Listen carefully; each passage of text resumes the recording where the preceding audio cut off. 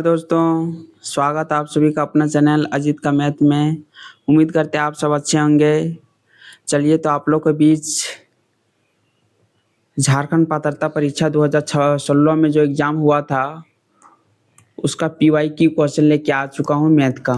ठीक है, इस वीडियो का अंत तक देखने के बाद आप लोग को पता चल जाएगा कि आप कितना पानी में आपका तैयारी कितना परसेंट हो चुका है। इसीलिए इस वीडियो का अंत तक जरूर देखें। सारा पीवाई की क्वेश्चन 2016 में जो जेटेट हुआ था उसी का क्वेश्चन उठाए हैं।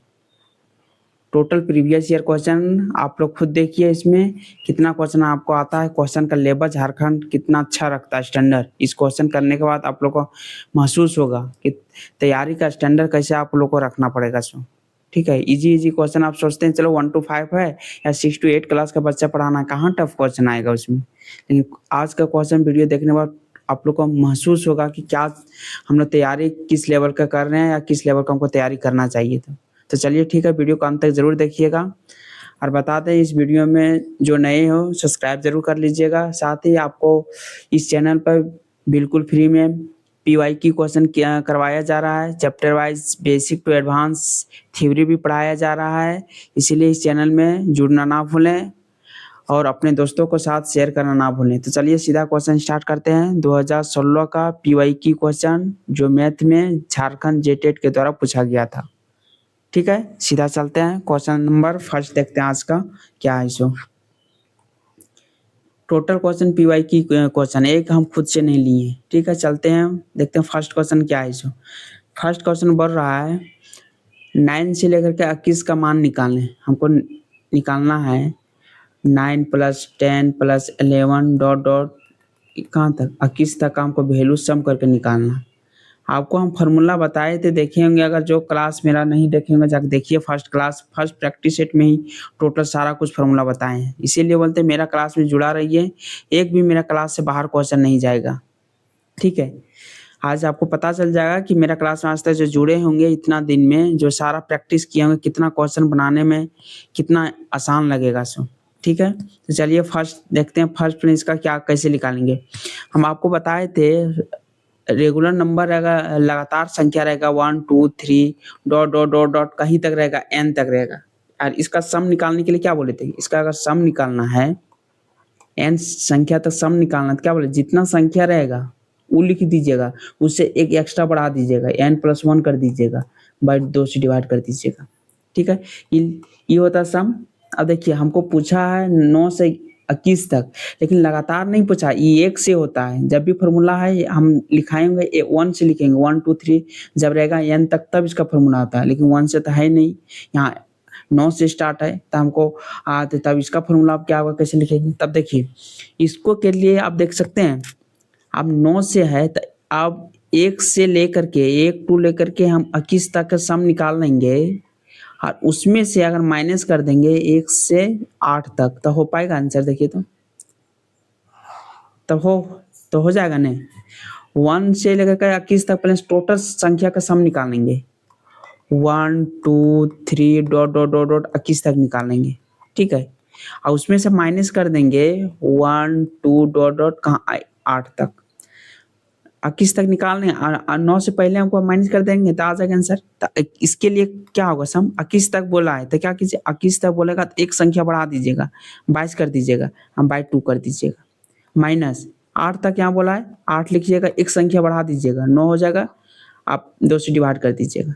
आप इस जो इसको माइनस कीजिएगा वही आंसर हो जाएगा। अब देखिए 2 से डिवाइड करते हैं 11, 2 से डिवाइड करते हैं 4। ठीक है, आप इसको मल्टीप्लाई करते हैं। अब देखिए इसको मल्टीप्लाई करने का भी आपको हम बताते हैं। 21 × 11 में हमको माइनस करना है 9 चौक 36। ठीक है, अब हमको देखिए यूनिट डिजिट क्या होगा, यहाँ 1 है, 1 में 6 माइनस करेंगे 6, माना 1 है 6 माइनस करेंगे कितना होगा। जब भी यूनिट डिजिट होगा क्या होगा हम बताइए तो, जब भी होगा 5 होगा, 5 ही यूनिट डिजिट होगा। मतलब ये आपको पता चले ऑप्शन नंबर बी नहीं होगा, ऑप्शन नंबर ए नहीं होगा। अब 5 या 2 में फंस गए कि 195 होगा कि 215 होगा। ठीक है, अब इसमें फंस गए तो आप तो मल्टीप्लाई करना पड़ेगा। इसमें भी दिमाग लगा सकते हैं कि देखिए 215 तो बहुत ज़्यादा हो जाएगा, इसमें जब भी 21 को 11 से मल्टीप्लाई किया, अगर यहाँ 10 से रहता है, मान के चले 10 रहता तो 210 होता।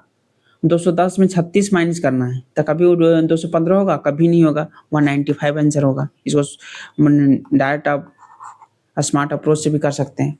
इसलिए बोलिए मेरा चैनल में जुड़े रहिए। कैलकुलेशन को इतना ईजी आसान बना देंगे कि आपको कैलकुलेशन करना ही नहीं पड़ेगा कोई भी क्वेश्चन में। ठीक है, ये समझ में आया आपको 195 कैसे आ गया? मतलब टोटल 1 से 21 तक पहले सम निकाले हैं, उसमें से माइनस कर दिए 1 से लेकर के 8 तक में। ठीक है, 195 हो गया। क्वेश्चन का स्टैंडर्ड देखिएगा कैसे पूछ रहा है, इसमें नंबर सिस्टम का क्वेश्चन था। यहाँ तक आप लोगों को समझ में आ गया। चलते थे नेक्स्ट क्वेश्चन देखते हैं। नेक्स्ट क्वेश्चन क्या है? आप देखिए क्वेश्चन का लेवल क्या है। क्वेश्चन देखने में लगेगा टफ, लेकिन बहुत ईजी है। इसको सम पूछ रहा है, ये बस सम है, मतलब इसका हमको सम पूछना है, इतना का इसका सम पूछना। इसको आप क्या लिख सकते हैं, देखिए तो कितना कॉलम है, 1 2 1 2 3 4, कितना 8 है इसमें टोटल कॉलम, 2 4 6 8 है इसमें, 8 में टोटल 8 है। छायांकित कितना कलर किया हुआ, 1 2 3 4, 4/8 है। प्लस इसमें टोटल कॉलम कितना, 1 2 3 4 5 6, टोटल 6। इसमें से कलर कितना किया हुआ, 1 और 2, 1 और 2, बस इसी को जोड़ दीजिए, आंसर हो जाएगा। 1/2 हो जाएगा, 1/3 हो जाएगा। 1/2 प्लस 1/3 इक्वल टू कितना हो जाएगा, 5/6। यही मेरे पास आंसर हो जाएगा, ऑप्शन नंबर डी। कितना इजी क्वेश्चन था, बस दिमाग को यूज करना है। समझ गए यहाँ तक आप लोग? ठीक है, चलते हैं नेक्स्ट क्वेश्चन देखते हैं। आप देखिए क्वेश्चन नंबर नेक्स्ट क्या है, इसमें बोला है x² - 3x + 2 एक गुणांक x² x के पावर 4 - px² qx है, तो p और q का मान ज्ञात करना पड़ रहा है। ठीक है, इसका जो एक गुणांक है, इसका इसमें सेटिस्फाइड करेगा, मतलब इसको दिया हुआ क्या चीज, इक्वेशन दिया है x² - 3x + 2 दिया हुआ, इसका ये जो गुणांक है इतना है। इसका गुणांक क्या है, इसका गुणांक बोला है, इसका गुणांक है x के पावर 4 - px² + q, इसका गुणांक ये है बोला गया। यदि इतना का गुणांक इतना है, ठीक है, तो इतना का गुणांक जब इतना है तो पी क्यू का वैल्यू निकालने बोल रहा है। जब गुणांक है मतलब इसका जो एक्स का जो दो फैक्टर होगा, वो फैक्टर इसमें भी सेटिस्फाइड करेगा। तब फर्स्ट में हमको निकालना कि एक्स का दो वैल्यू जो यहाँ निकलेगा, क्वाड्रेटिक इक्वेशन है तो दो वैल्यू निकलेगा, दो जो वैल्यू निकलेगा वो इसमें भी सेटिस्फाइड करेगा। ठीक है, तो वही एक्स का वैल्यू यहाँ से निकाल के फिर इसमें पुट करना है। दो वैल्यू आएगा, दोनों इसमें पुट करना है, दो इक्वेशन आएगा, दोनों इक्वेशन सॉल्व करना है, तो पी क्यू का वैल्यू निकल जाएगा। ठीक है, फर्स्ट मेरा काम है कि इसको हम पहले दो का वैल्यू निकालते हैं, क्या होगा सर। ठीक है, इसका क्या होगा सर, देखिए इसको लिख सकते हैं x², यहाँ से 2x² होगा, यहाँ लिख सकते हैं 2x - x + 2 = 0। यहाँ तक आपको कोई दिक्कत नहीं। इसको फैक्टराइज कर दिए, x², यहाँ से हम x कॉमन ले लेते हैं। चलिए पहले x यहाँ से कॉमन लीजिए सीधा, उतना लंबा क्या करेंगे, x हम कॉमन लेते हैं तो क्या होगा, देखिए x यहाँ से अगर कॉमन लेते क्या होगा, x - 2, और फिर यहाँ से 1 कॉमन लेते थे, यहाँ कितना x - 2, दोनों हो गया। तो दो फैक्टर क्या क्या हो गया मेरे पास, ये हो गया x - 2 और एक हो गया x - 1। तो x का वैल्यू 2 आ गया, एक तो 2 आ गया x का वैल्यू, और एक x का वैल्यू आ गया 1। ये मेरे पास दो वैल्यू आ गया, और ये जो दो वैल्यू है इसमें सेटिस्फाइड करेगा। मतलब x का वैल्यू अगर 2 पुट कीजिए, x का वैल्यू जब 2 पुट करेंगे इसमें तो क्या होगा, x के पावर 4 + px² + q, x का पावर यहाँ x बराबर 2 पुट करेंगे तो क्या होगा, 2 पुट करेंगे, 2 दूना 4, 8 दूना 16 हो जाएगा, 2 यहाँ पुट करेंगे, 2 दूना 4 p हो जाएगा, प्लस q = 0 हो जाएगा। यहाँ कितना हो जाएगा, -4p + q = माइनस उधर 16 चल जाएगा तो -16। ये हो गया पहला इक्वेशन। ठीक है, आप पुट करते हैं x = कितना पुट करते हैं, x = पुट करते हैं 1। 1 जब पुट करते हैं इसमें तो हो जाएगा 1 - p + q = 0। यहाँ से हो गया कितना, -p + q = -1। एक इक्वेशन ई हो गया। देखिए तो यहाँ दो इक्वेशन मेरे पास हो गया। ठीक है, एक इक्वेशन ई हो गया, एक ई हो गया। अब दोनों को सॉल्व कीजिए, ठीक है, दोनों को सॉल्व कर सकते हैं आप। आपको बताइए तो दोनों को सॉल्व करने के लिए क्या करेंगे?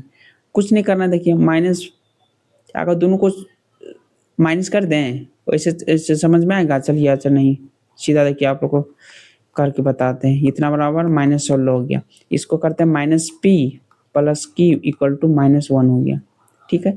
अब साइन चेंज, यहाँ माइनस है तो यहाँ प्लस कर दे रहे हैं, यहाँ प्लस है तो यहाँ माइनस कर दे रहे हैं, यहाँ माइनस है तो यहाँ प्लस कर दे रहे हैं, ठीक है।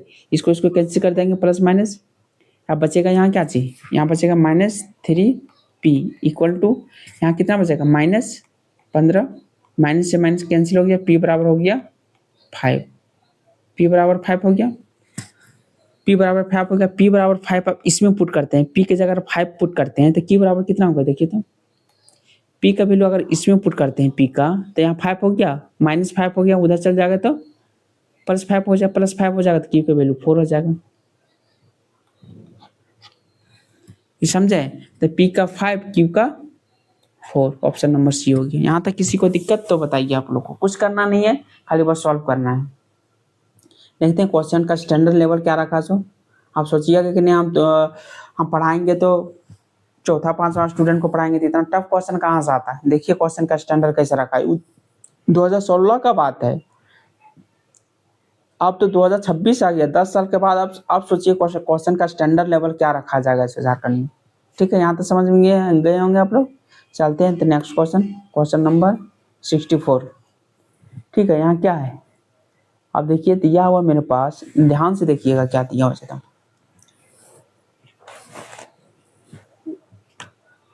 a by B equal to b by C equal to c by D, हम इक्वल टू के लेट ले रहे मान ले रहे थे। ठीक है, इक्वल टू इतना सब इक्वल टू के है, मतलब a by B equal to भी के लिख सकते हैं, b by C equal to भी के लिख सकते हैं, c by D equal to K लिख सकते हैं। तो देखिए यहाँ से अब लिखेंगे a by B equal to K, b by C equal to K और c by D equal to K, सब बराबर है, ई भी इससे बराबर है, ई इससे बराबर है, ई इससे बराबर है, तो सबके अलग अलग बराबर लिख दिए। यहाँ से लिख सकते हैं, देखिए ए बराबर इधर मल्टीप्लाई करेंगे तिरछत क्या होगा बी के, अब बी बराबर इसे मल्टीप्लाई करेंगे क्या होगा बी बराबर हो जाएगा सी के, और इधर मल्टीप्लाई करेंगे तो क्या होगा सी बराबर डी के। यहाँ तक अब सब वैल्यू निकल गया। अब देखिए तो यहाँ तक सब निकल गया। अब ध्यान दीजिएगा, एकदम ध्यान से देखिएगा, यहाँ तक कोई दिक्कत नहीं हुआ। खाली क्या माने इसको सब गुना करते गए, ये बराबर इधर से इधर ही गुना होगा, कुछ नहीं तो 1 होगा, नहीं कुछ नहीं 1 होगा, तो तिरछा गुना सी इंटू 1 बराबर सी होगा, डी आर के बराबर डी के होगा। यहाँ तो समझ गए। अब इसको डाट पुट कीजिए, हाँ डाट पुट कीजिए। ऊपर ऊपर क्या है देखिए तो, ऊपर है B cube C cube D cube, यहाँ तो समझ गए। ए क्यू, ये यहाँ ए क्यू का वैल्यू, यहाँ अगर ए क्यू यहाँ लिखेंगे, ए क्यू यहाँ करेंगे तो क्या आ जाएगा बी क्यू प्लस के क्यू, बी क्यू यहाँ करेंगे तो क्या आ जाएगा, इधर भी क्यू था इधर भी क्यू, सी क्यू प्लस के क्यू, यहाँ पे अगर सी क्यू करेंगे तो डी क्यू और के क्यू हो जाएगा। इसी का वैल्यू सब यहाँ पुट कर दे रहे हैं। ए क्यू बराबर क्या आ जाएगा बी क्यू के क्यू प्लस बी क्यू का सी क्यू के क्यू प्लस फिर यहाँ करेंगे डी क्यू के क्यू। अब देखिए ऊपर से हो जाएगा कितना B cube plus C cube plus D cube, और नीचे हम के क्यू कॉमन ले रहे थे, के क्यू कॉमन लेंगे तो क्या हो जाएगा B cube plus C cube plus D cube. यहाँ तक हो गया। अब देखिए इसको ई सेम है, देखिए तो ई सेम है, ऊपर नीचे B cube C cube D cube, B cube C cube D cube cut गया, तो बचा क्या था मेरे पास 1 बाई के बचा, इतना इक्वल टू डायरेक्ट 1 बाई के बचा है मेरे पास, 1 बाई के क्यू बचा है, इतना इक्वल टू 1 बाई के क्यू बचा है।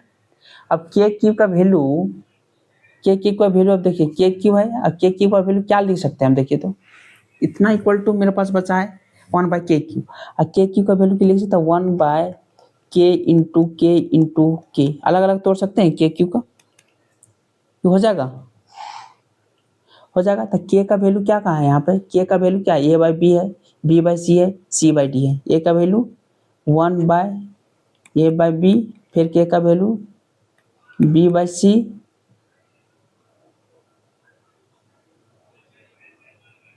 और के का वैल्यू c/d। अब देखिए c से c कैंसिल हो गया, b से b कैंसिल होगा, a/d बचा है, a/d बचा है मेरे पास नहीं, a/d बचा है, ये d ऊपर चल जाएगा तो कितना हो जाएगा d/a। यही मेरे पास आंसर हो जाएगा ऑप्शन नंबर डी। यहाँ तो मेरे पास वही बचा था ना, यहाँ बचा था 1/d, 1/d बचा है। ठीक है, डी ऊपर चल जाएगा तो d/a हो जाएगा ऑप्शन नंबर डी। यहाँ तो समझ में आया, किसी को दिक्कत हुआ? बस खाली वैल्यू पुट करना, कुछ करना नहीं है। यहाँ 1/k आया, 1/k आया, और k का वैल्यू 1/k के 3 बार ऐसे 3 बार लिख दिए, फिर यहाँ कर दिए 1/k का वैल्यू एक बार 1/b है, फिर एक बार वैल्यू b/c है, और फिर एक बार k की वैल्यू c/d है। बीच में इंटू है, सब इंटू कर दिए, b से b कैंसिल, c से c कैंसिल। ठीक है, यहाँ बचा कितना 1/d, यही बचा, और d ऊपर चल जाएगा तो हो जाएगा d/a। यही हम आंसर लिखा d/a। समझ गए आप लोग यहाँ तक? चलते हैं तो नेक्स्ट क्वेश्चन। क्वेश्चन का स्टैंडर्ड देखते जाइए कैसे है, इसे दिमाग हिला देगा आपको। चलिए क्वेश्चन नंबर 65 देखते हैं, और इसी लेवल का क्वेश्चन मैं प्रैक्टिस करा रहा हूँ। मेरा चैनल में जरूर जुड़ें, ठीक है। इसीलिए आपको हम आईना दिखा रहे हैं बीच बीच में कि प्रीवियस ईयर क्वेश्चन करा के, सारा प्रीवियस ईयर क्वेश्चन कराऊंगा, बीच बीच में प्रीवियस ईयर क्वेश्चन लाऊंगा, प्रैक्टिस सेट लाऊंगा, बीच बीच में चैप्टर भी, बेसिक टू एडवांस, तो कोई चैप्टर का कॉन्सेप्ट भी साथ साथ चल रहा है। इसे सारा सीरीज मेरे पास चल रहा है, ठीक है। आप लोग का जो सपना है झारखंड टीचर बनने का, वो साकार मैं करवाऊंगा ही, ठीक है। मेरे चैनल में जुड़े रहे हैं सिर्फ। चलते हैं 65 क्वेश्चन नंबर देखते हैं क्या है। इसको माइनस को बाहर ले आते हैं तो इसका क्यू रूट है, क्यू रूट कितना 912115 है, ठीक है। माइनस इसका भी क्यू रूट है कितना 512। अब इसका क्यू रूट तो आपको पता होगा 8 का है, 80 80 64 64 80 हो जाएगा 512, ये तो आपको पता है। लेकिन इसका क्यू रूट आप तो पता नहीं है, ठीक है। इसका क्यू रूट अब क्या होगा पता नहीं होगा। आप देखिए, अगर आप सॉल्व नहीं भी करना चाहिएगा नहीं क्वेश्चन, तो डायरेक्ट आप आंसर बना सकते हो, कोई कैलकुलेशन करने की जरूरत नहीं है। हम सिंपल आपको बताते हैं, अगर मान के चलिए कुछ भी होगा 8, आप देखिए कोई भी अगर क्यू रूट कुछ भी होगा, लेकिन अंत यूनिट डिजिट तो हमेशा इसका 5 ही आएगा। किसी का निकालें यूनिट डिजिट 5 अंत में आएगा ही, 5 आएगा यूनिट डिजिट। तब 5 में जब भी हम -8 करेंगे, यहाँ भी माइनस रहेगा, ये तो बाहर में माइनस, ये भी माइनस रहेगा, ये भी मेरे पास माइनस रहेगा। तो जब भी आंसर होगा माइनस में ही आंसर होगा, आंसर तो माइनस में ही होगा, माइनस में होगा। 8 5 कितना आता है, 8 5 13 होता है। 13 यूनिट डिजिट में ये नहीं है, ये नहीं है, यूनिट डिजिट एक ही वो 13 है, यही है। तो ये भी नहीं होगा क्योंकि प्लस में है, इसलिए इसका आंसर नहीं होगा, एक ही मेरे पास आंसर ए नंबर आंसर हो जाएगा। अब देखिए तो कितना इजी हो गया, को कैलकुलेशन किए। आप देखिए, आप लोग को नहीं, आप सॉल्व करके अब बता देते हैं, ठीक है। आप बोलिएगा नहीं सर आप तो पहले से पढ़ के आए होंगे इसलिए आपको तुरंत बना दिए, लेकिन देखिए आपको आप दोनों मेथड से बना देते हैं, ठीक है। यूनिट डिजिट से मैक्सिमम क्वेश्चन आप लोगों को सॉल्व कराऊंगा, ये समझ में गया इन्हें। आप देखिए यहाँ आपका किससे डिवाइड होगा, एलसीएम लीजिए 5 से करेंगे, 5 से के 5, 5 8 40, 5 दूना 10, 5 एक है 5, यहाँ 4 बता, 5 8 40, यहाँ फिर 1 बचा, 5 दूना 10, फिर 1 बचा, 5 दूना 10 बचे 25, यहाँ तक हो गया। फिर 5 से देते हैं, ठीक है। 5 दिया 15, 6 बचे 30, 5 चौक 20, बचे 25, फिर 5 से जाएगा, 7 बचे 35, 5 दूना 10, 5 9 45, 5 9 45, यहाँ जाएगा 3 से देते हैं, 3 दूना 6, 3 चौक 12, 3 तिया 9, 3 से देते हैं 81, 81 तिया हो जाएगा 200 इतना, फिर 3 से देते हैं 27 तिया 81, फिर 3 से देते हैं 9, फिर 3 से देते हैं 3। हमको क्या है क्यू रूट निकालना, मतलब 3 3 का जोड़ा निकालना है। यहाँ से एक 3 ले लेंगे, यहाँ से 3 ले लेंगे, एक यहाँ से 5 ले लेंगे, मतलब कितना हो जाएगा 5 तिया 15, 15 तिया 45, माइनस क्या होगा -45 हो जाएगा, -8 होगा। अब देखिए यूनिट डिजिट 5 आया, अरे 5 है तो 5 रहेगा, 5 रहेगा था या 1 रहेगा, तो 1 में वन में कुछ भी नहीं, वन नहीं, 5 रहेगा या 0 रहेगा। अंत में अगर 5 रहेगा या 0 रहेगा, कितनों अगर मल्टीप्लाई करेंगे तो क्या इसका चेंज हो जाएगा? चेंज नहीं ना होगा। तो वही 5 है तो मतलब 5 होगा, जब भी जानिए 5 होता। 5 में 8 करेंगे, 8 5 13, एक ही तो ऑप्शन में था और ये माइनस माइनस दोनों हमेशा माइनस में रहेगा। अब 45 8 देखिए करके -53 आ गया आंसर, ऑप्शन नंबर ए। ठीक है, इतना कैलकुलेशन करने की कोई ज़रूरत नहीं है, डायरेक्ट आपको शॉर्टकट बन गया। ठीक है, दोनों मेथड आप लोग जो आप लोग ईज़ी लगे सो आप लोग उसी को प्रैक्टिस कीजिए। चलते हैं तो नेक्स्ट क्वेश्चन देखते हैं, क्वेश्चन नंबर 67। अब देखिए, एंगल एंड लाइन का सबको पता होगा, लेकिन इसको देखिए क्वेश्चन का स्टैंडर्ड कैसा पूछा है इसको। ठीक है, एकदम ध्यान से देखिएगा इसको। ठीक है, बोल रहा है पी क्यू ई पैरेलल है। पी जो क्यू है पैरेलल है आर एस का ई पैरेलल है। यहाँ आर है, ई एस ई पैरेलल है। और क्यू पी टी ये दिया 115 डिग्री, पी टी आर ये दिया 120 डिग्री। यहाँ तक आप लोग को यहाँ तक सब आप लोग पता चल गया। ठीक है, अब पैरेलल ये है, मतलब इस लाइन को अगर आगे यहाँ बढ़ा देंगे ये पैरेलल होगा। मतलब यहाँ से अगर ये इसको दे देते हैं तो यहाँ क्या लिख सकते हैं, क्यू पी पैरेलल है कितना, एस ए। यहाँ तक समझ गए। मतलब इस लाइन और इस लाइन पैरेलल है, ये लाइन मेरे पास पैरेलल नहीं था।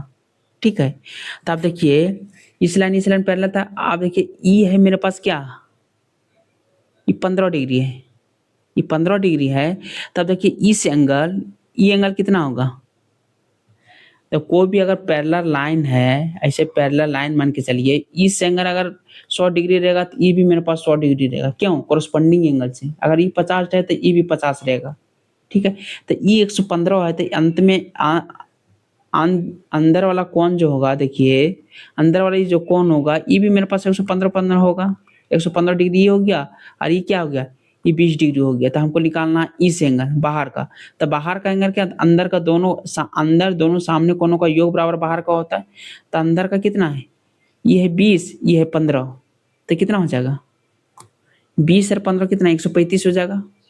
डायरेक्ट आंसर 135 हो जाएगा। यहाँ तक किसी की दिक्कत नहीं समझ में आया। चलिए दोबारा आप लोग फिगर ड्रॉ करके अच्छा से बताते हैं, देखिए तो ध्यान से देखिएगा। ठीक है, आप लोग अगर नहीं समझे तो दोबारा हम समझाऊंगा, लेकिन समझा के आगे बढ़ूंगा। ऐसा ना कि खुद से आप समझ लिए, आप लोग को समझ में आया कि नहीं समझ में आया। ठीक है, अब देखिएगा, ध्यान से देखिएगा। ये मेरे पास ऐसे है। ठीक है, बोला है Q P T S R R. ठीक है, यहाँ तक हो गया। आप देखिए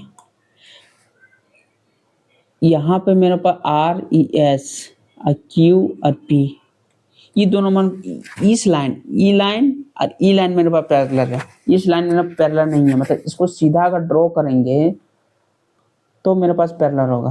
आप देखिए इसको सीधा अगर ड्रॉ करेंगे तो मेरे पास पैरेलल होगा, नहीं दिख रहा है, ये पैरेलल होगा। मतलब इस लाइन ड्रॉ करेंगे तो ये पैरेलल होगा। ठीक है, ये पैरेलल होगा। तो हम क्या बताते हैं, कॉरस्पॉन्डिंग अगर ये 115 डिग्री मेरे पास वैल्यू दिया हुआ है तो इसके कॉरस्पॉन्डिंग में इधर का एंगल भी 115 डिग्री हो जाएगा, ये भी 115 डिग्री हो जाएगा। ये 115 डिग्री है, ये मेरे पास ऑलरेडी क्वेश्चन में दिया हुआ कितना, 20 डिग्री दिया हुआ, 20 डिग्री है, 15 डिग्री। तो ये जो लाइन है, एक रेखा है, रेखा पर किसी बिंदु पर हमेशा यहाँ से यहाँ तक देखिए, यहाँ से यहाँ तक यहाँ कितना 180 डिग्री का एंगल बनेगा, 180 डिग्री बनेगा। तो ये 20 है, ये 115 है, ये 15 है, तो ये एंगल कितना होगा। अगर ये अगर एंगल पूछेंगे तो ये कितना डिग्री का होगा, सो बताइए। ये कितना डिग्री होगा, 20 हो गया, 15 हो गया, 135 डिग्री हो गया। तो 135 डिग्री कितना हो गया, 45 डिग्री हो गया। 45 डिग्री ये हो गया, ये एंगल मेरे पास 45 डिग्री हो गया, ये एंगल 45 डिग्री, क्योंकि तीनों कोनों का योग 180 होता है। तो ये 20 दिया हुआ है, ये 115 दिया हुआ, 15 वाला 45 हो गया। ये 45 हो गया था, इस एंगल मतलब टोटल 180 होगा। 180 में 45 माइनस कर देंगे तो 135 हो जाएगा। इधर से भी बना सकते हैं, या डायरेक्ट कॉरस्पॉन्डिंग एंगल इतना है। कोई भी अगर त्रिभुज लेंगे, देखिए अगर ये बाहर का एंगल पूछेगा तो बाहर के एंगल के जस्ट सामने इसका और ई एंगल दोनों का सम होता है बाहर का एंगल।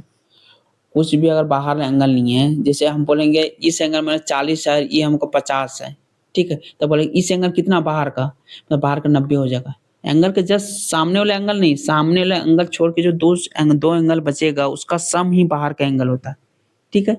तो वही तो ये बाहर का एंगल है, बाहर का एंगल इस ये तो लेकिन बाहर का एंगल नहीं होगा मेरे पास, ये तो मेरे पास बाहर का एंगल है। ये त्रिभुज का और इसके सामने वाला इस एंगल और इस एंगल दोनों का सम जो होगा वही बाहर का होगा। ये हो गया 115 डिग्री, ये हो गया 20 डिग्री, 135 डिग्री ये हो गया। आप समझ में आया आप लोग? ठीक है।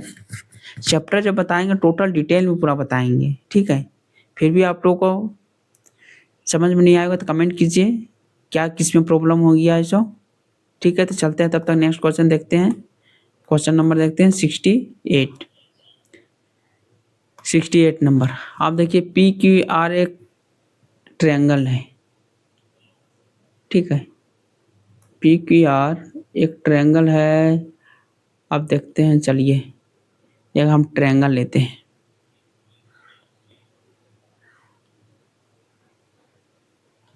पी क्यू आर, ठीक है? यहाँ लिखते हैं पी क्यू आर, बोला पी को समद्विभाजक है, पी का समद्विभाजक एगो रेखा है, ठीक है? रुकिए, अच्छा हम अपने इसको अलग से ऐसे ड्रॉ करते हैं, एक ट्रायंगल ऐसे लेते हैं, ठीक है?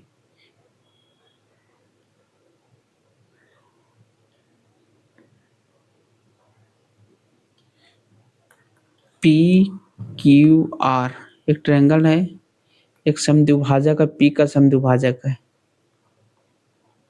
पी का समद्विभाजक मतलब एस पर कर रहा है, ठीक है? अब पी टी, पी जो टी है क्यू पी एस, यहाँ क्यू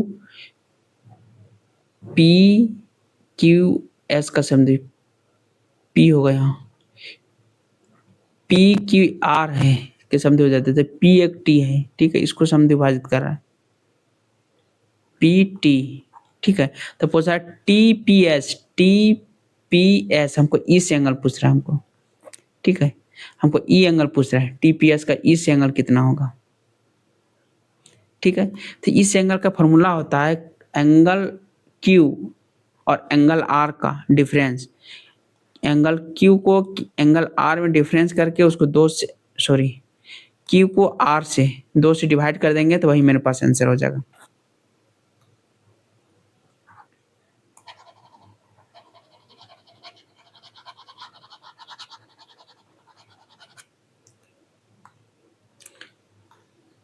ठीक है, देखिए इसका होता है एंगल, हम फॉर्मूला निकालेंगे T P S equal to होता है 1/2 ऑफ एंगल क्यू में एंगल आर माइनस कर देंगे और उसको 2 से डिवाइड कर देंगे, ये फॉर्मूला होता है, ठीक है? और यही फॉर्मूला डायरेक्ट और क्वेश्चन में दे दिया है, ठीक है? अगर 20 वाला एंगल निकालने बोलेगा, इस एंगल और इस एंगल दिया रहेगा तो जो बड़ा एंगल रहेगा बड़ा में छोटा एंगल माइनस कर लेंगे, माइनस करने के बाद जो रहेगा वही आंसर हो जाएगा, 2 से डिवाइड करने के बाद जो होगा वही आंसर हो जाएगा। समझ गए यहाँ तक आप लोग? 68 नंबर हो गया। चलते हैं 69 नंबर। 69 नंबर क्या है? यदि किसी वृत्त का व्यास इतना % बढ़ाया जाए, देखिए इतना % को बढ़ाने का मतलब ही आपको देखिएगा, चैप्टर जो प्रॉफिट लॉस पढ़ा होगा उसको पता होगा, इतना % बढ़ा रहा है, इसको मतलब क्या होता है 12.5% बढ़ रहा है। परसेंट है, परसेंट का मतलब 100 लिख दिए, यहाँ डेसिमल है, इसको हटा के 1 जीरो और हो जाएगा। तो काटते हैं 25 25 125, 25 चौक 100, 65 है 40, मतलब हो जाएगा 1/8। मतलब व्यास पहले 8 सेंटीमीटर था, पहले जो व्यास था पहले डायमीटर था 8 सेंटीमीटर हो गया, अब बाद में डायमीटर एक बढ़ गया है, 1 से यहाँ इंक्रीज हो गया तब तो 9 हो गया, ठीक है? 9 हो गया। तो बोल रहा है कि इसकी परिसीमा में कितने % बढ़ोतरी होगी? परिसीमा में, परिसीमा मतलब तो परिमाप में, मतलब 2πr में कितना मीटर बढ़ागा? पहले जो d था 100, अब d2 बाद में हो गया, ये d1 था अपने d2 हो गया, पहले छोटा था बाद में बड़ा हो गया। तो जो पहले बड़ा वाला का वृत्त में छोटा का वृत्त घटाने के बाद जो आंसर आएगा वही हमको निकालने बोला कि परिसीमा में मतलब परिमाप में कितना डिफरेंस हो। तो परिमाप में तो 2π यहाँ भी 2π यहाँ होगा, बट रेडियस में सिर्फ अंतर होगा, तो रेडियस कितना अंतर हो रहा है, खाली रेडियस अंतर होगा। रेडियस यहाँ कितना बढ़ रहा है, एक और रेडियस निकालेंगे तो 4 होगा, और ये कितना होगा 4.5 हो जाएगा रेडियस। R1 इतना हो जाएगा, तो R2 बड़ा R2 इतना हो जाएगा, 4 पॉइंट इतना हो जाएगा। तो रेडियस कितना बढ़ रहा है, 0.5 बढ़ रहा है। किसके रिस्पेक्ट में, 4 के रिस्पेक्ट में, इंटू 100। एक जीरो से एक जीरो कर देंगे, 5 अठे 40, 4 दूना 8, 25 दूना इतना, मतलब कितना 25/2% बढ़ जाएगा। यही आंसर हो जाएगा। 25/2% कोई नहीं ऑप्शन में, ऑप्शन नंबर डी हो जाएगा। यहाँ तक कोई दिक्कत, बस जो रेडियस बढ़ रहा है, पर डायमीटर 8 था, बाद में डायमीटर 9 हो गया। डायमीटर तब रेडियस उसका आधा होगा, इसका 9 है तो उसका आधा 4.5 हो गया, इसका 4 हो गया। तो 4 में 4.5 बढ़ा, कितना बढ़ा, पॉइंट बढ़ा। किसके रिस्पेक्ट में बढ़ा, पहले कितना था 4 के रिस्पेक्ट में, इंटू 100 कर दिए। यही मेरे पास आ गया, मतलब 12.5 हो जाएगा या 25.2 हो जाएगा। दो ऑप्शन में रहेगा। ऑप्शन में नहीं था 12.5, 25.2 भी नहीं था, इसलिए ऑप्शन नंबर डी लगा दी। यहाँ तो समझ में आ गया होगा आप लोग। चलते हैं तो क्वेश्चन नंबर सीधा नेक्स्ट। ठीक है, 70 नंबर क्वेश्चन देखते हैं आज क्या है जो। ठीक है, डायरेक्ट PYQ क्वेश्चन लाए हैं, इसीलिए तो हम टोटल क्वेश्चन नंबर भी चेंज नहीं किए, ताकि आप लोग को पता रहे कि नहीं सारा PYQ क्वेश्चन है। आप जाके चेक भी कर सकते हैं, सारा प्रीवियस ईयर क्वेश्चन उठाए हैं। ठीक है, चलते हैं। इसमें 5 सेंटीमीटर त्रिज्या वाले वृत्त के अंतर्गत वर्ग का क्षेत्रफल, एक वृत्त है। ठीक है, एक वृत्त है, उसके अंदर एक वर्ग बनाया गया। उसके अंदर क्या किया, एक वर्ग बनाया गया।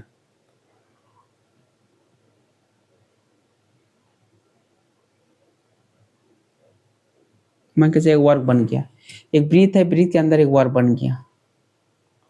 ठीक है, तब बोल रहा है ये वर्ग का क्षेत्रफल कितना होगा, वर्ग। ठीक है, तो बोला 5 सेंटीमीटर त्रिज्या है, यहाँ से रेडियस कितना होगा, ये बोला रेडियस तो 5 होगा उसका, 5 सेंटीमीटर इसका रेडियस, मतलब यहाँ से भी 5 होगा। अगर यहाँ से यहाँ करेंगे तो ये भी 5 होगा, मतलब टोटल यहाँ से डायगोनल इसका कितना होगा, वर्ग का विकर्ण कितना लेगा, वर्ग करेंगे तो वर्ग का विकर्ण कितना निकल गया यहाँ से, 5 इधर 5 इधर। ठीक है, 10 हो गया, 10 हो गया, 10 हो गया, इसका ये हो गया, 10 हो गया डायगोनल। ठीक है, तब बोल रहा कि इसका क्षेत्रफल कितना होगा, वर्ग का क्षेत्रफल क्या होता है, भुजा का स्क्वायर होता है, भुजा का स्क्वायर होता है। अब भुजा पहले निकालना पड़ेगा, भुजा अगर ए होगा, ए होगा, ए होगा, ए होगा, तो इसका विकर्ण का क्या होता है फॉर्मूला, विकर्ण होता है कितना, ये √2 होता है, ये √2 विकर्ण 10 दिया हुआ है, ए √2 हो गया, तो ए इक्वल टू कितना होगा, 10/√2 हो गया, 10/√2 हो गया, 10/√2 हो गया। अब हमको फॉर्मूला निकालना है भुजा स्क्वायर। भुजा मेरे पास ये निकल गया, भुजा पर मेरे पास निकल गया नहीं। अब वर्ग का भुजा का स्क्वायर होता है फॉर्मूला, तो भुजा का स्क्वायर चलते हैं, भुजा का स्क्वायर, तो मेरे पास भुजा कितना निकल गया, 10√2, 10/√2 का होल स्क्वायर, यही हुआ। इसको स्क्वायर करते हैं, 10 दें 100 हो गया, और √2 बराबर कितना होगा, 2 हो गया, 2 से डिवाइड करेंगे कितना, 50, मतलब 50 सेंटीमीटर स्क्वायर। यही मेरे पास आंसर हो जाएगा, ऑप्शन नंबर ए। यहाँ तक किसी को दिक्कत, पहले वर्ग का पहले विकर्ण दिया है, वर्ग का विकर्ण बराबर आपको फॉर्मूला नहीं बताए थे। वर्ग का अगर विकर्ण निकालेंगे, विकर्ण बराबर फॉर्मूला होता है भुजा √2, यही होता है। तो विकर्ण मेरे पास यहाँ 10 दिया हुआ था, 10 दिया हुआ नहीं, यहाँ से टोटल विकर्ण 10 दिया हुआ, भुजा हमको निकालना है, भुजा निकालना है, तो √2 है, √2 इधर कर देंगे तो √2 हो जाएगा, √2 को इधर ले आए, 10/√2 हो जाएगा। अब भुजा निकल गया, अब इसका एरिया निकालेंगे, क्या होता है, भुजा स्क्वायर होता है, तो भुजा स्क्वायर 10/√2 का होल स्क्वायर कर दिए, बराबर 50 सेंटीमीटर निकल गया। यहाँ तक आप लोगों को कोई दिक्कत, समझ गए होंगे। चलते हैं नेक्स्ट क्वेश्चन, क्वेश्चन नंबर 71 क्या है सो देखिए। एक समबाहु त्रिभुज के प्रत्येक भुजा कितना दिया हुआ है, 2 मीटर दिया हुआ, प्रत्येक भुजा 2 मीटर है। वृत्तों के तीनों केंद्र, देखो 2 वृत्त, एक वृत्त मेरे पास यहाँ छुटा हुआ है, वृत्तों के तीनों केंद्र बोल रहा है। ठीक है, ऐसे हो जाएगा। ठीक है, तीन वृत्त हैं। यहाँ तक आप लोग समझ गए। तो बोला है तीनों केंद्रों, तीन वो केंद्र है, एक वो ई केंद्र हो गया, ई केंद्र हो गया, ई केंद्र हो गया, तीनों केंद्र जिसकी त्रिज्या 1 सेंटीमीटर, एक है, ये एक है, ये एक होगा तो ये भी एक होगा, तो ये भी एक होगा, तो ये भी एक होगा। मतलब यहाँ से यहाँ टोटल डिस्टेंस 2 हो गया, यहाँ से यहाँ टोटल 2 हो गया, ये भी 2 हो गया। समबाहु है तो इक्वल भी हो गया, चलो हो गया। तब बोल रहा है तो छायांकित क्षेत्र का क्षेत्रफल, छायांकित मतलब इसका, छायांकित मेरे पास ई है, ठीक है, इसका क्षेत्रफल हमको निकालने बोल रहा है। छायांकित भाग का क्षेत्रफल हमको यही निकालने बोल रहा है, ठीक है, इसका हमको निकालने बोल रहा है। अब इसको कैसे निकालेंगे सो आप बताइए, ठीक है। इसको निकालने के लिए अगर हम देखेंगे त्रिभुज का क्षेत्रफल निकालने के बाद अगर इसका एरिया इस सेक्टर तीनों सेक्टर का एरिया निकाल के अगर त्रिभुज के एरिया में माइनस कर देंगे तो बीच वाला का एरिया बचेगा। पहले त्रिभुज का एरिया हम निकाल लेंगे, ठीक है। मेरे पास त्रिभुज है, त्रिभुज और टोटल एरिया निकाल के उसका 3 गो मेरे पास सर्कल है, मान के चलिए सर्कल है, यानी तो मेरे पास तो ड्राइंग नहीं कर पाएंगे, चलिए आपको बताते हैं, ध्यान से देखिएगा, अच्छा क्वेश्चन है, ठीक है। अब देखिएगा एनसीईआरटी का क्वेश्चन है, अब ध्यान दीजिएगा, जो एनसीईआरटी अगर पढ़े होंगे उसको पता होगा एनसीईआरटी का क्वेश्चन है, ठीक है। हम देखते हैं 3 गो हम लेते हैं, अब बनेगा तो देखते हैं, अगर बनेगा तो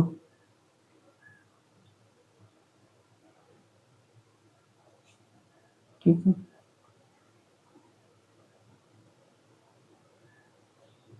तीन ट्रायंगल ले लिए, एकदम ध्यान से, तो बड़ा फिगर ले लिए, 3 ट्रायंगल ले लिए, ठीक है, 3 ट्रायंगल ले लिए।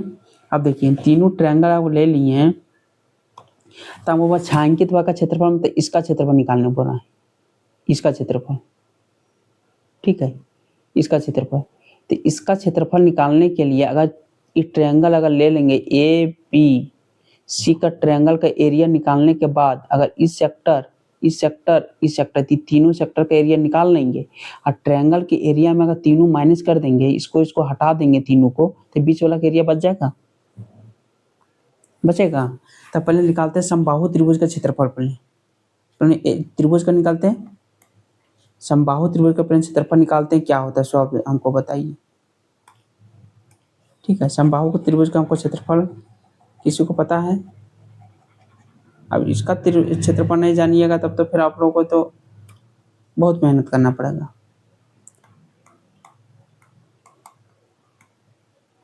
समबाहु त्रिभुज का एरिया निकालेंगे, ठीक है। एरिया का फॉर्मूला तो √3/4 इंटू भुजा का स्क्वायर, ये होता है। तो भुजा मेरे पास 1 यहाँ है, 1 यहाँ है, तो टोटल यहाँ से कितना हो जाएगा, टोटल 2 हो जाएगा, तो हो जाएगा इसके √3/4 इंटू भुजा स्क्वायर मतलब 2 का स्क्वायर, 2 इंटू 2 ले सकते हैं, √3 से 4 से 4 कैंसिल हो गया, मतलब √3 हो गया, समबाहु त्रिभुज का एरिया निकल गया, और त्रिभुज का एरिया निकल गया। अब तीनों सेक्टर का एरिया निकाल के और माइनस कर देंगे इसमें, तो आंसर आ जाएगा मेरे पास, आ जाएगा। तो चलते हैं इसको अब ये करते हैं, ठीक है। अब बोलिए सेक्टर का एरिया क्या होता है, अगर तीनों सेक्टर का एरिया क्या होता है, एरिया होता है θ/360 डिग्री इंटू πr², ठीक है। समबाहु त्रिभुज है, समबाहु त्रिभुज मतलब तीनों 60 डिग्री होगा,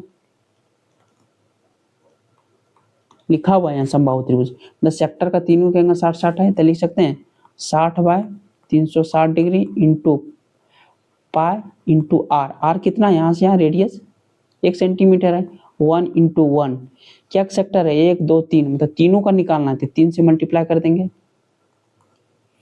तीनों से मल्टीप्लाई कर देंगे तो यही हो जाएगा आंसर ने। अब तीनों से मल्टीप्लाई, 3 से मल्टीप्लाई 6 से 6 काट दिए, 3 दूना 6 काट दिए, तो यहाँ कितना बचेगा पाई/2 बचेगा। अब पाई का वैल्यू कितना होता है हमको बताइए, पाई का वैल्यू कितना, 3.1416/2 यही होता है। अब इसको आप डिवाइड कीजिए, डिवाइड कीजिएगा कितना होगा हमको ये बताइए। इसको डिवाइड करेंगे तो कितना होगा, होगा 3 एक बार बन जाएगा 5 7 1, यही मेरे पास आंसर हो जाएगा। इसको डिवाइड कीजिएगा तो ये हो गया कितना, सेक्टर का एरिया। सेक्टर का एरिया 1.571 हो गया। ठीक है, अब छायांकित भाग का क्षेत्रफल निकालना है। ठीक है, हमको निकालना है कितना, छायांकित भाग का क्षेत्रफल। अब छायांकित भाग का क्षेत्रफल, अब देखिए यहाँ लिखते हैं, यहीं लिखते, देखिए छायांकित का क्षेत्रफल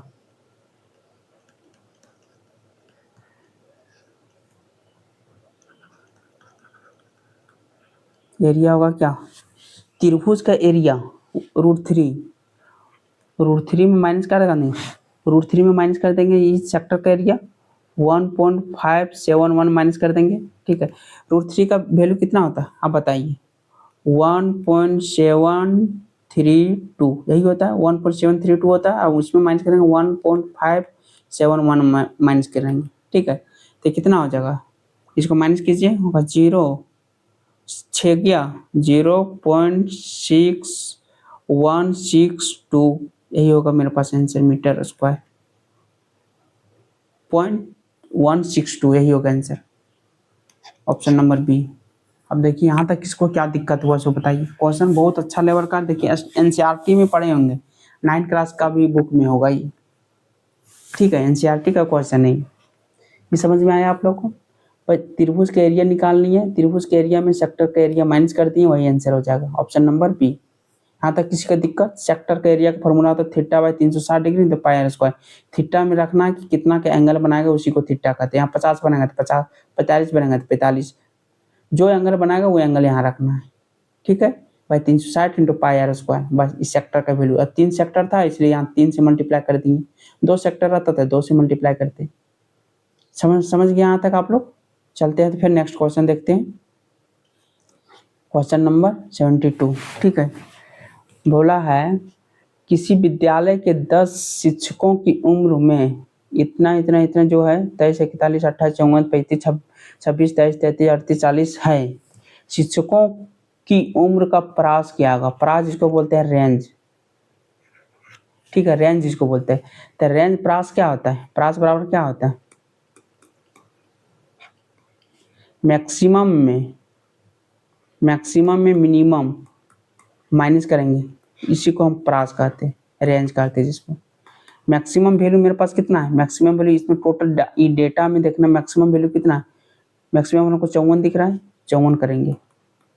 उसका मिनिमम वैल्यू देखना, मिनिमम कितना आता है 26 23 से भी कुछ छोटा नहीं 23, तो 23 करेंगे। ठीक है, अब 54 में 23 घटाएंगे तो कितना बचेगा, 31 बचेगा, यही मेरे पास वो आंसर हो जाएगा, ऑप्शन नंबर बी।